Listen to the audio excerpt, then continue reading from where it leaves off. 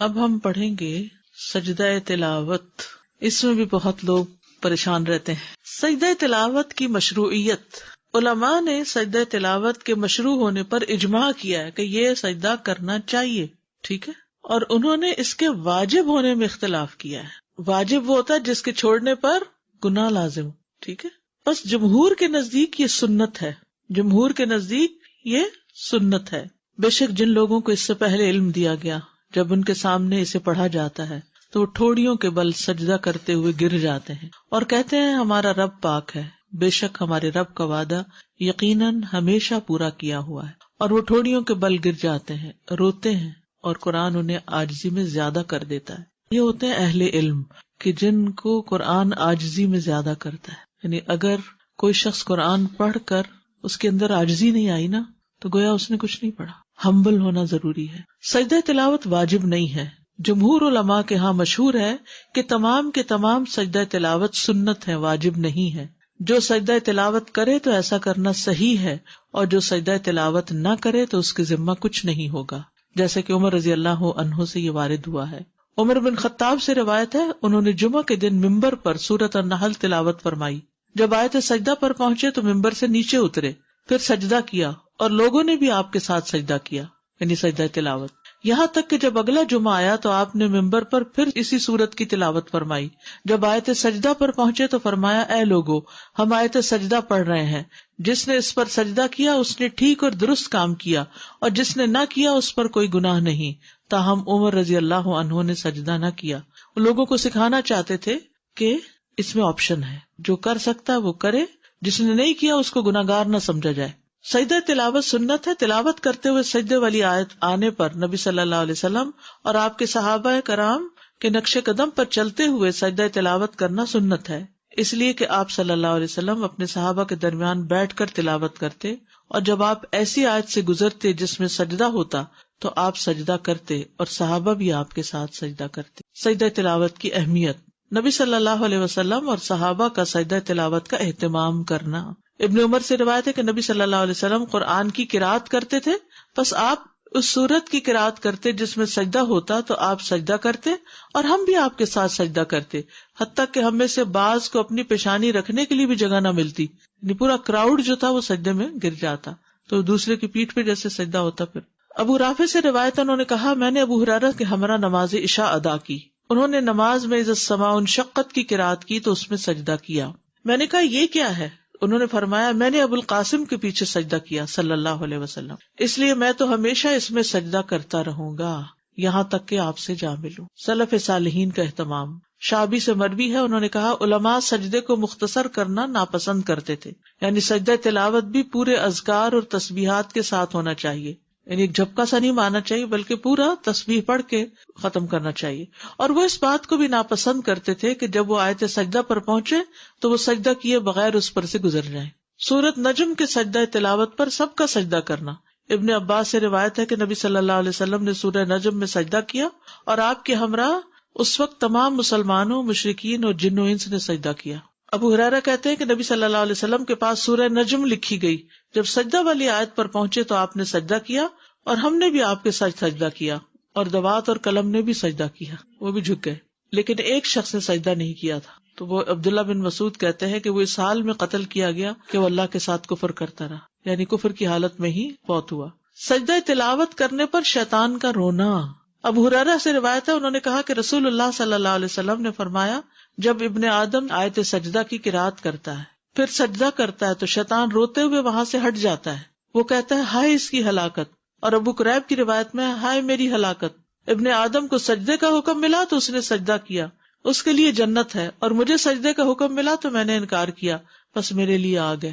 تو یاد رکھیے یہی چیز نماز پڑھنے والوں نہ پڑھنے والوں میں فرق کر دیتی ہے. پڑھنے والے ایک طرف ہے، نہ پڑھنے والے ایک طرف ہے. کوئی آدم کے طریقے پہ چل رہے ہیں اور کوئی شیطان کے طریقے پہ چل رہے ہیں. جسے ہم بچوں وغیرہ کو کہتے ہیں نا نماز پڑھو، اس کی اہمیت، تو ہر وقت یہ لفظ نہ بولا کریں نماز پڑھو. کبھی بیٹھے ہو اچھے موڈ میں تو پوچھا کریں اچھا یہ بتاؤ کہ اگر تمہارے پاس چوائس ہو تو تم آدم علیہ السلام کے طریقے پہ چلو گے یا شیطان کے طریقے پہ؟ تو ہو سکتا پہلے تو اس کو سوال ہی سمجھ نہ آئے کہ کیا مطلب. تو آپ کہیں گے آدم علیہ السلام کو جب حکم ملا تھا تو انہوں نے سجدہ کیا تھا اور شیطان کو حکم ملا تو اس نے نہیں کیا تھا، تو تم کیا کرنا چاہتے ہو، تم اپنے لیے کیا پسند کرو گے؟ ایسے سوال ضمیر جگاتے ہیں، سوچنے پر مجبور کرتے ہیں، چوائس دیتے ہیں، اور پھر عمل کرنا آسان ہوتا ہے۔ تو لوگوں کا ضمیر جگایا کرے، ان کی انا نہیں جگایا کرے۔ کسی بھی معاملے میں جب کسی کی انا جاگ پڑتی ہے نا، تو اس کو پھر کنٹرول کرنا بڑا مشکل ہے، اس کو سمجھانا بڑا مشکل ہے۔ اور جب ضمیر جاگتا ہے تو لوگوں کے دل پگھلنے لگتے ہیں، پھر وہ اس کو لے لیتے ہیں، اور اس کے لیے صرف حکم دینے کی بجائے اور آرگیو کرنے کے بجائے اور دلیل لانے کی بجائے اور بحث کرنے کی بجائے خیر خواہی کے ساتھ دل کی پوری سنجیدگی کے ساتھ سوال کیا تاکہ دوسرا بات سمجھ جائے۔ کیونکہ اصل ہمارا مقصد کیا ہے کہ یہ شخص مشکل سے بچ جائے کسی طرح، ورنہ ہمیں کیا لگے، اس کی مرضی جو چاہے کرتا، پر چین نہیں آتا نا، کیسے چھوڑ دیں؟ اور پھر اس شخص کے گھر میں ہونے کی وجہ سے پورے گھر میں ایک نحوست، اگر ایک بندہ بھی نہیں پڑھتا گھر میں نماز تو گھر میں نحوست ہے۔ اور پھر وتواصوا بالحق وتواصوا بالصبر ہمارا فرض ہے، جب ہم فرض ادا کر دیں گے تو پھر اللہ تعالیٰ اس مصیبت کو ٹال دے گا، کیونکہ امر بالمعروف نہ کرے پھر پکڑ ہے۔ ایک عورت نے اپنا طریقہ لکھا ہوتا، کہیں پڑھا تھا میں نے، کہ وہ اپنا ہاتھ بھگوتی، اس پہ خوشبو لگاتی اور پھر پیار سے اپنے شوہر کے چہرے پر ہاتھ پھیرتی تو اٹھ جاتا، اس کو اٹھتے اٹھتے اچھے خوشبودار ہاتھ کے لمس ملتا تو اٹھ جاتا۔ پھر ایک چائے کا کپ بنا دے، بس ضمیر جگاتے رہے، دعا کریں، دعا بہت ضروری ہے۔ ریسنٹلی کسی سے میری ملاقات ہوئی تو کہنے لگے ہمارے والد 80 سال کی عمر کے، اور اب جا کر انہوں نے تھوڑا سا اس طرف توجہ کی ہے۔ مدر ان کی لیکچر لگا دیتی تھی اور وہ بھی ساتھ تھوڑا بہت سنتے تھے، تو ان کے اندر بھی ہلچل ہو گئی۔ اللہ کے ہاتھ میں ہدایت ہے، پتہ نہیں کب پلٹ جائیں اور پچھلے سارے ہی گناہ معاف ہو جائیں۔ ہمارا کام تو دعا اور کوشش ہے۔ سجدہ تلاوت والی آیات سے سجدہ کیے بغیر نہ گزرنا۔ عقبہ بن عامر کہتے ہیں کہ میں نے رسول اللہ صلی اللہ علیہ وسلم سے کہا، اللہ کے رسول کیا سورہ الحج میں 2 سجدے ہیں؟ آپ نے فرمایا ہاں، اور جو یہ 2 سجدے نہ کرنا چاہے وہ ان دونوں آیات کی تلاوت ہی نہ کرے۔ پھر یہ حدیث اس پر دلالت کرتی ہے کہ سجدہ تلاوت کے بارے میں تاکید آئی ہے، لیکن آپ کا یہ فرمان فلا یقرأہما کہ وہ ان آیات کی تلاوت نہ کرے، تو ممکن ہے کہ اس کو اس بات پر محمول کیا جائے کہ انسان انہیں نماز میں نہ پڑھے تاکہ اسے سجدے کی ضرورت پیش نہ آئے۔ یعنی اس کا یہ مطلب نہیں کہ پورا قرآن پڑھ جائے اور ہر سجدے کی آیت کو چھوڑتا جائے، یہ نہیں ہے اس کا مقصد۔ یعنی نماز میں پھر چوائس اوپن ہے، پورا قرآن کہیں اور سے پڑھ لو، یہ نہ نماز میں نہ پڑھو۔ اور اگر انہیں نماز سے ہٹ کر پڑھے گا تو یہ امر مطلوب ہے کہ انسان پورا قرآن پڑھے، لیکن یہ بات کہ پہلے وہ نماز میں ان دونوں سجدے والی آیات کو منتخب کرے پھر سجدہ نہ کرے، تو ایسا کرنا مناسب نہیں۔ یعنی آپ پڑھ تو رہے ہیں وہ آیتیں جو سجدے والی ہیں اور سجدہ ہی نہیں کر رہے، تو ایسا نہیں کرنا۔ یا آپ کا مقصد یہ تھا کہ اس کی اہمیت بہت ہے اور اس میں تاخیر نہیں کرنی چاہیے۔ سجدہ تلاوت کا طریقہ، نمبر 1 طہارت۔ اس میں کوئی شک نہیں کہ زیادہ افضل یہی ہے کہ انسان وضو کر لے، یعنی وضو سے ہو، لیکن اگر وضو نہیں تو سجدہ نہ چھوڑے، سجدہ کر لے۔ سجدہ تلاوت کے لیے طہارت کی شرط نہیں لگائی جائے گی، کیونکہ انسان جنابت کے علاوہ تمام حالات میں قرآن پڑھ سکتا ہے، اور اگر سجدہ کی آیت آ جائے تو وہ سجدہ کرے گا، خواہ وہ طہارت کی حالت میں ہو یا نہ ہو۔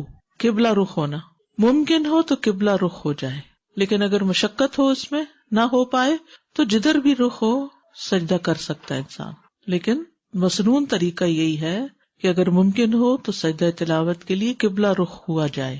امام زہری کہتے ہیں کہ اگر تم حالت اقامت میں سجدہ کرو، یعنی گھر پہ ہو، مسجد میں ہو، تو قبلے کی طرف رخ کر کے کرو، اور اگر تم سوار ہو تو پھر جدھر تمہارا رخ ہو اس میں تم پر کوئی مواخذہ نہیں۔ تکبیر کہنا، ابو قلابہ اور ابن سیرین سے مروی ہے، ان دونوں کا کہنا ہے کہ جب آدمی نماز کے علاوہ سجدہ تلاوت کرے گا تو اللہ اکبر کہے گا۔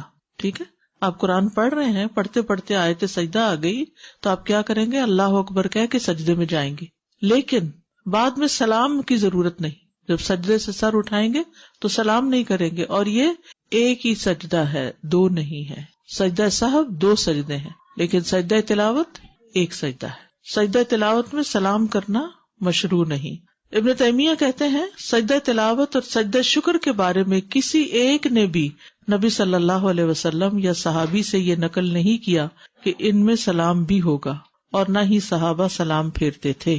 ٹھیک، یہ ہے نماز کے باہر سجدہ تلاوت کا طریقہ۔ نماز کے اندر سجدہ تلاوت کا طریقہ، تکبیر کہہ کر سجدے میں جانا۔ سجدہ تلاوت میں جانے اور اٹھنے کے لیے تکبیر کہنا، مثلا آپ نے سورت اذا السماء انشقت پڑھی ہے تو سجدے والی جگہ پہ پہنچ کے آپ اللہ اکبر کہہ کے سیدھے نیچے چلے جائیں گے، سجدے میں رکوع نہیں کریں گے، ڈائریکٹ سجدہ کریں گے، اور جب سجدہ کر لیں گے تو اٹھتے ہوئے پھر کیا کہیں گے؟ اللہ اکبر کہیں گے۔ اگر سورت کے آخر میں سجدہ ہو، مثلاً کون سی سورت؟ سورت علق، تو پھر کیا کریں گے؟ اگر سورت کے آخر میں سجدہ ہو اور مزید تلاوت نہ کرنی ہو تو پہلے سجدے کے لیے تکبیر کہی جائے گی، سجدہ تلاوت ادا ہوگا، پھر تکبیر کہہ کر اٹھا جائے گا، اور کھڑے ہو کر رکوع کے لیے تکبیر کہہ کے رکوع پہ جایا جائے گا۔ یعنی یہ سجدہ الگ کیا جائے گا اور پھر کھڑے ہو کے رکوع کر کے دوبارہ پھر وہ سجدے اور آگے نماز کنٹینیو کی جائے گی۔ واضح؟ اوکے۔ ابن عثیمین کہتے ہیں نماز میں سجدہ تلاوت بالکل اسی طرح ہے جیسے نماز میں عام سجدہ ہوتا ہے۔ کیسے ہے؟ جیسے عام سجدہ ہوتا ہے نماز کا، ویسے ہی سجدہ تلاوت ہے۔ نہیں سمجھ آئی؟ جیسے نماز کا سجدہ کرتے ہیں ویسے ہی سجدہ تلاوت ہوتا ہے۔ اب سمجھ آ گئی؟ اوکے۔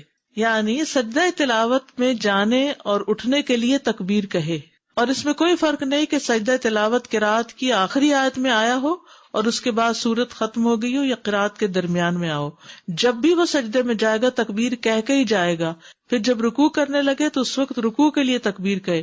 یہاں 2 تکبیرات مسلسل کہنے پر کوئی حرج نہیں، کیونکہ ہر تکبیر کا سبب الگ الگ ہے۔ واضح؟ سجدہ تلاوت کی مسنون دعائیں۔ حضرت عائشہ سے مروی ہے، وہ کہتی ہیں کہ رسول اللہ صلی اللہ علیہ وسلم رات کو قرآن کے سجدوں میں سجدہ کرتے ہوئے یہ دعا تکرار سے پڑھا کرتے تھے، ایک دفعہ نہیں، کئی بار۔ سجد وجہی للذی خلقہ وشق سمعہ وبصرہ بحولہ وقوتہ، میرا چہرہ اس ذات کے لیے سجدہ ریز ہے جس نے اس کو پیدا کیا اور اپنی طاقت اور اپنی قوت سے اس کی سماعت اور اس کی بصارت بنائی، یعنی کان آنکھ اللہ نے اپنی قوت سے بنائے۔ ابو سعید خدری رضی اللہ عنہ سے مروی ہے کہ انہوں نے کہا میں نے خواب میں دیکھا گویا کہ میں درخت کے نیچے ہوں، اور گویا کہ درخت سورت صاد پڑھ رہا ہے، یعنی اس سے آواز آ رہی تھی سورت صاد کی۔ پھر جب وہ آیت سجدہ پر آئے تو اس نے سجدہ کیا، درخت نے بھی، اور اپنے سجدے میں کہا اللہم اغفر لی بہا، اللہم حط انی بہا وزرا واحدث لی بہا شکرا وتقبلھا منی کما تقبلت من عبدک داود سجدتہ۔ ٹھیک ہے، یہ تقبلتا ہے، اے اللہ اس سجدے کی وجہ سے مجھے بخش دے، اے اللہ اس کے ذریعے میرے بوجھ دور کر دے، یعنی زندگی کے جو بوجھ ہوتے ہیں نا وہ سجدوں سے دور ہوتے ہیں، اور میرے لیے اس کے ذریعے شکر نعمت پیدا کر دے، اور اسے مجھ سے قبول فرما لے جیسا کہ تو نے اپنے بندے داؤد سے ان کا سجدہ قبول فرمایا تھا۔ قرآن مجید میں آتا نا وَخَرَّ رَاكِعًا وَأَنَابَ۔ تو میں رسول اللہ صلی اللہ علیہ وسلم کے پاس صبح کے وقت گیا اور آپ کو اس کی خبر دی کہ میں نے ایسا خواب دیکھا ہے۔ آپ نے فرمایا اے ابو سعید تم نے بھی سجدہ کیا؟ میں نے کہا نہیں۔ آپ نے فرمایا کہ تم درخت کی نسبت سجدہ کرنے کے زیادہ مستحق تھے۔ پھر رسول اللہ صلی اللہ علیہ وسلم نے سورۃ صاد کی تلاوت فرمائی، پس جب آپ آیت سجدہ پر آئے تو سجدے میں آپ نے وہی فرمایا جو درخت نے اپنے سجدے میں کہا تھا۔ نماز کے سجدے والی دعائیں پڑھنا، اگر یہ اوپر والی 2 دعائیں یاد نہیں تو جو نماز میں سجدے میں پڑھتے ہیں سبحان ربی الاعلیٰ وہ بھی کافی ہے۔ سجدہ تلاوت دوسرے سجدوں کی طرح ہی ہے، اور نبی صلی اللہ علیہ وسلم نے اللہ کے اس فرمان سبح اسم ربک الاعلیٰ کے متعلق فرمایا ہے کہ اسے اپنے سجدوں میں پڑھا کرو۔ تو اس پر ہم کہتے ہیں کہ جب انسان سجدہ تلاوت کرے تو وہ کہے سبحان ربی الاعلیٰ، سبحانک اللہم ربنا وبحمدک اللہم اغفر لی، اللہم لک سجدت وبک آمنت ولک اسلمت، سجد وجہی للذی خلقہ وصورہ وشق سمعہ وبصرہ بحولہ وقوتہ، اللہم اکتب لی بہا اجرا وحط انی بہا وزرا واجعلھا لی عندک ذخرا وتقبلھا منی کما تقبلتھا من عبدک داود۔ تو اگر انسان اس کے علاوہ کوئی دعا پڑھے جب اسے یہ حفظ نہ ہو تو کوئی حرج نہیں۔ اگر جیسے سجدہ تلاوت کوئی پڑھی یا کوئی بھی سورہ پڑھی جس میں آخر میں سجدہ ہے اور پھر سجدہ کیا اور پھر اٹھ کے کوئی اور سورہ شروع کر دی، جی کوئی حرج نہیں، ٹھیک ہے، ایسا بھی کر سکتے ہیں۔ مکروہ ٹائم پر کر سکتے ہیں سجدہ تلاوت، مکروہ ٹائم جیسے فجر کی نماز کے بعد۔ جی یہ سبب کا سجدہ ہے نا۔ السلام علیکم استاذ، اس کا مطلب ہے کہ نماز میں اگر سجدہ تلاوت آ جائے تو وہ نہیں چھوڑ سکتے، وہ کرنا ہی کرنا ہے ہر صورت میں۔ جی کرنا چاہیے، چھوڑنا نہیں چاہیے۔ اس لیے آپ نے دیکھو کہ رمضان میں ہمیشہ امام کرتے ہیں، کسی بھی مسلک کسی بھی مسجد کہیں بھی چلے جائیں سبھی کرتے ہیں، اپنی تلاوت اگر کر رہے ہیں جی افضل یہی ہے، کرنا ہی چاہیے، اللہ ہی کہ کوئی مجبوری ہو جائے۔ اگر ٹیپ ریکارڈر چل رہا ہو یعنی آڈیو چل رہی ہو کہیں تو بس جھک جائیے، لیکن یہ کہ اگر نہ جھکے تو کوئی حرج نہیں ہے۔ اس میں کہتے ہیں کہ تلاوت کرنے والا جھکے تو آپ جھکے، تو اب اس میں شک ہے کہ جب وہ تلاوت کر رہا تھا وہ جھکا تھا کہ نہیں، اگر وہ جھکا تھا تو ہمیں بھی جھک جانا چاہیے. 10 دفعہ پڑھے ایک ہی سجدہ ہوگا. جی آپ یقین کریں کہ بیچ میں تلاوت بریک کر کے اس وقت جھک جانا اچھا لگتا ہے. جی فریش بھی ہو جاتے. جیسے آپ نے دیکھا ہوگا ابھی نماز پڑھنے کے بعد آپ کی کیفیت ایک دم پھر اچھی ہوگی, پڑھتے پڑھتے تھک جاتے, پھر بیچ میں نماز آئی, نماز پڑھی, پھر فریش ہو گیا مائنڈ. تو ایسے سجدہ تلاوت بھی, تلاوت کرتے کرتے انسان ذرا نیند میں آنے لگتا ہے, پھر سجدہ کرتا ہے تو پھر ذرا فریش ہو جاتا ہے. بلڈ فلو ایگزیکٹلی سجدے میں جاتے ہوئے بلڈ فلو جو ہے وہ برین میں چلا جاتا ہے, تو آپ اس میں فریش ہو جاتے ہیں. السلام علیکم استاد, میں نے کچھ لوگوں کو دیکھا ہے جب وہ سجدہ تلاوت پڑھتے ہیں تو قرآن پہ ہی سجدہ کر لیتے ہیں, ایسا کرنا ہے کیا؟ نہیں, اس قرآن پہ سجدہ قرآن پہ سر رکھ لیتے, ماتھا اپنا رکھ لیتے ہیں پڑھتے پڑھتے, یہ صحیح نہیں ہے. بہت شدید ضرورت کے علاوہ خواہ کچھ چیزیں قرآن کے اوپر نہیں رکھنی, اس کو ایک طرف رکھتے ہیں آپ. آیت جب پوری ہو جائے پھر کرنا بہتر ہے. اس کی کوئی دلیل نہیں ملتی 14 اکٹھے کرنے کی, حالانکہ 15 سجدے ہیں, یہ بھی یاد رکھیں. اچھا, وہ جو لوگ قرآن خوانی کرواتے ہیں کہ آپ قرآن پڑھ دیں ہم سجدے کم کر دیں گے, بس ایک جب نئی چیز خود ایجاد کی تو پھر سارا دین شروع ہو گیا نا, پھر تو حد ہی ختم ہو گئی, ہر چیز اپنے ہاتھ میں لے لی. میں بچوں کو قرآن پڑھاتی ہوں تو عموماً ان کو پڑھاتے پڑھاتے بار بار وہ آیت سجدے والی پڑھانی پڑتی ہے, پھر وہ بچے بھی پڑھتے ہیں, تو ہم سرکل میں بیٹھے ہوتے, پھر اس صورت میں کیا کروں؟ بس آخر میں ایک سجدہ سب کر کے اٹھ جائے. ٹھیک, تو اس کے لیے بچے آگے بیٹھے, کوئی حرج نہیں, اس میں نماز والی شرائط نہیں ہے. جتنی ہو سکے اتنا تو بہت اچھا ہے, لیکن اگر نہیں ہو سکتی تو بھی کر لینا. یعنی اصل کیا ہے کہ سجدے والی بات آئی اور ہم جھک گئے, تو آؤ جھک جائیں, بس اتنی سی بات ہے. سجدہ شکر, سجدہ شکر کی اہمیت. سجدہ شکر ان عظیم عبادات میں سے ہے جن کے ذریعے بندہ اللہ جل و علا کا شکر ادا کرتا ہے, کیونکہ اس میں اپنے جسم کا سب سے معزز ترین حصہ یعنی چہرہ زمین پر رکھ کر اللہ کے لیے خضوع اختیار کیا جاتا ہے, اور اس کے ذریعے دل اور زبان اور تمام اعضاء سے اللہ کا شکر ادا کیا جاتا ہے. نبی صلی اللہ علیہ وسلم کا خوشی ملنے پر سجدہ شکر ادا کرنا. ابو بکرہ سے مروی ہے کہ نبی صلی اللہ علیہ وسلم سے روایت کرتے ہیں کہ جب آپ کے پاس کوئی خوشی والی خبر آتی یا آپ کو کسی بات کی خوشخبری دی جاتی تو آپ فوراً اللہ کا شکر ادا کرنے کے لیے سجدے میں گر پڑتے. ہم نے زندگی میں کتنی دفعہ ایسا کیا, کتنی ہی گڈ نیوز سنی ہوگی, کتنی ہی خوشخبریاں سنی ہوگی, کبھی بچے کی ولادت کی, کبھی کسی بچے کی کامیابی کی, کبھی کسی کی شادی کی, لیکن ہم خوشی کا اظہار عموماً اللہ کی نافرمانی سے کرتے ہیں, جبکہ خوشی کا اظہار اللہ کی فرما برداری سے اور اس طریقے اور اس کام سے کرنا چاہیے جو انسان کو اللہ کے قریب کر دیتا ہے. نبی صلی اللہ علیہ وسلم کا ایک موقع پر لمبا سجدہ شکر ادا کرنا. عبد الرحمن بن عوف سے مروی ہے کہ ایک مرتبہ رسول اللہ صلی اللہ علیہ وسلم باہر نکلے. آپ صلی اللہ علیہ وسلم صدقے کی کسی زمین میں داخل ہو گئے, وہاں آپ قبلہ رخ ہو کر سجدے میں گر گئے. صدقے کی کسی زمین میں داخل ہوئے, وہاں قبلہ رخ ہو کر سجدے میں چلے گئے.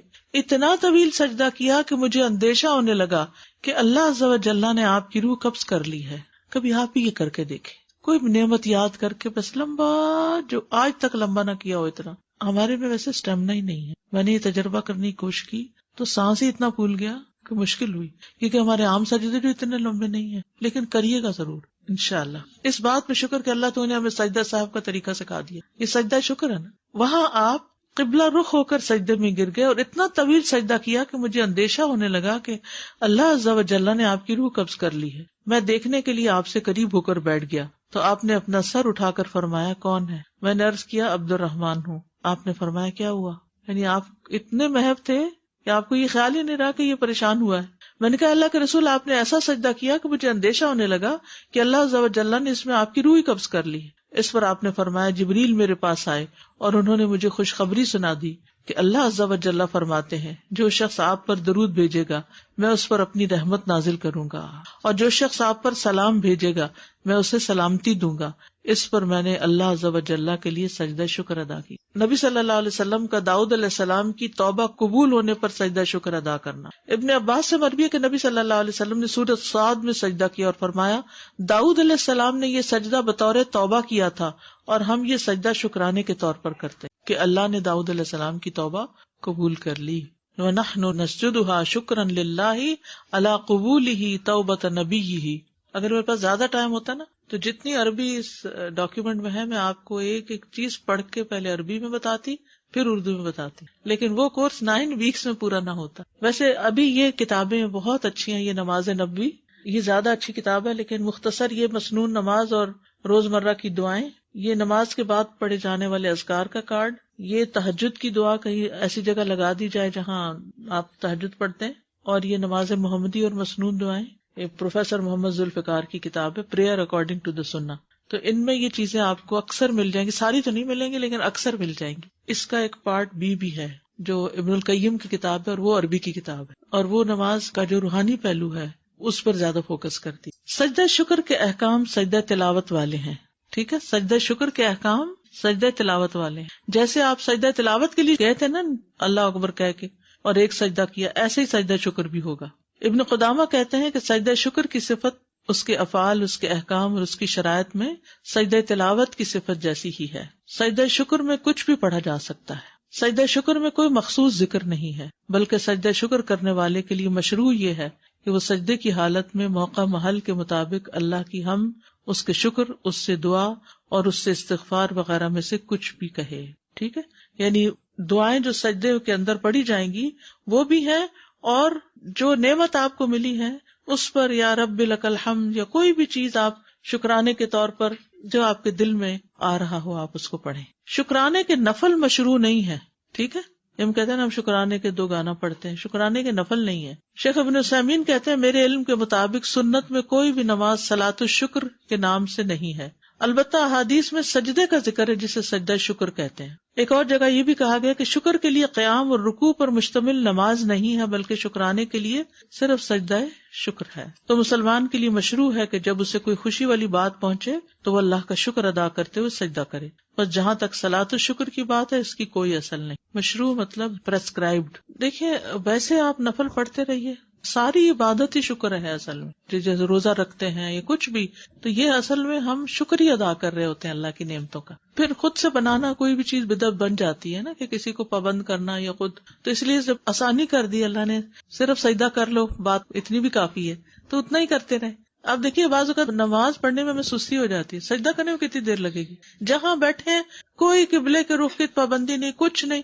وہیں اگر آپ سفر میں ہیں، راستے میں ہی فون آ گیا اور آپ نے سن لیا، اور تو ادھر ہی بیٹھے بیٹھے جھک جائیں. رفع یدین ہوگا سجدہ شکر اور دیکھیے سجدے میں رفع یدین ہے ہی نہیں جب ہم تلاوت کر رہے ہیں قیام میں. نماز کے اندر تو ویسے ہی ہے نا، وہ تو ہے لیکن اس کے بغیر نہیں ہے. اوکے، وہ تو نیچے جا رہے ہیں تو اس وجہ سے. اچھی خبر ملے تو میں فوراً کہہ دیتی ہوں الحمدللہ، شکر الحمدللہ. تو اس کے بعد اگر میرا بہت زیادہ دل چاہتا ہے کہ میں واقعی اور اپریشیٹ کروں تو نماز کے بعد بھی میں 2 نفل پڑھ لیا کرتی. نفل نہیں پڑھے، بس سجدے کر لیں. سجدے کر لیں تو وہ کسی وقت بھی کر سکتے ہیں اور کہیں پہ بھی کر سکتے ہیں. خبر ملتے ہی کرنا افضل ہے، ورنہ جس وقت یاد آئے اس وقت بھی کرنا. اگر ایک دم فوراً منہ سے تو نکلتا ہی یا اللہ تیرا شکر ہے، ہاں تو ساتھ جھک بھی جائیں تو اور زیادہ اچھا ہے. السلام علیکم. وعلیکم السلام. کیا ہر نماز میں بھی ہم آفٹر فرض نماز کے بعد بھی سجدہ شکر کے لیے کر سکتے ہیں؟ اس کا کیا مسئلہ؟ دیکھیے سجدہ شکر نبی صلی اللہ علیہ وسلم کی سنت یہی ہے کہ جب آپ کو کوئی خوشخبری ملی، ٹھیک ہے، تو اگر آپ کو ہر نماز کے پہلے کوئی خوشخبری ملی ہوتی ہے تو آپ کر لیجیے، کیونکہ ابھی جو ہم نے نماز پڑھی وہ بھی تو شکر ہی تھا نا. میں نے آپ سے پوچھنا تھا کہ سجدہ کرنے کے لیے ضروری ہے کہ قبلے کی ڈائریکشن ہی ہو یا آپ جہاں پہ جس جگہ بھی بیٹھے؟ دیکھیے جو میں نے عرض کیا نا کہ سجدہ شکر سجدہ تلاوت ہی کی طرح ہے، اس میں قبلے کی ڈائریکشن اگر ہو تو بہت اچھا ہے، نہ ہو تب بھی خیر ہے. ویسے تو آپ نے ابھی کہا کہ مطلب فرض نماز کے بعد سجدہ، لیکن مطلب کبھی یہ ہوتا ہے جیسے اپنی کوئی بات کہنی ہے اللہ سے اور شکر کرنا ہے یا کچھ بھی کر لے. اوکے. سجدے کے لیے وضو کرنا ضروری ہے؟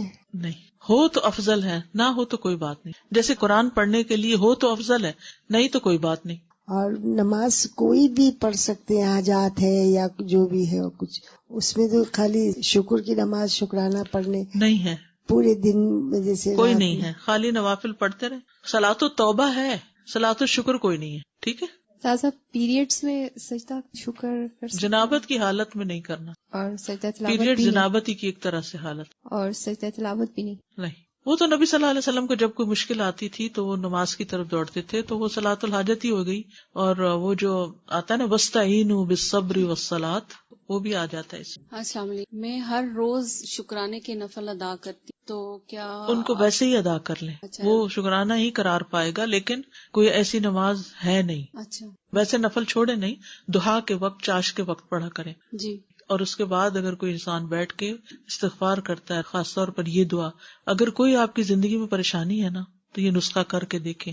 یعنی دہا یا اشراق کی نماز کے بعد ادھر ہی بیٹھے ہوئے 100 دفعہ پڑھیں رب اغفر لی وتب علی انک انت التواب الغفور.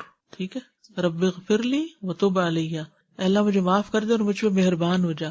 انک انت التواب الغفور، تو تواب بھی ہے اور غفور بھی ہے. ساتھ جیسے ہم فجر کی نماز پڑھ کے ہم ادھر ہی بیٹھے رہتے ہیں، آپ کہتے ہیں ذکر کریں، تو پھر وہ اشراق کے 2 نفل پڑھ کے آپ اٹھ جائیں، تو پھر ہمیں چاش کی نماز دوبارہ پڑھنی ہوگی 10 بجے جو چاش کے 4 نفل ہیں. پڑھ سکتے ہیں دوبارہ، اگر نہ پڑھنا چاہیں تو یہ ایک دفعہ پڑھی ہوئی کافی ہے. کافی. یہ بھی سجدہ تلاوت کی طرح سبب کا سجدہ ہوگا، اور اس میں بھی اللہ اکبر کہہ کے سجدہ کرنا ہے.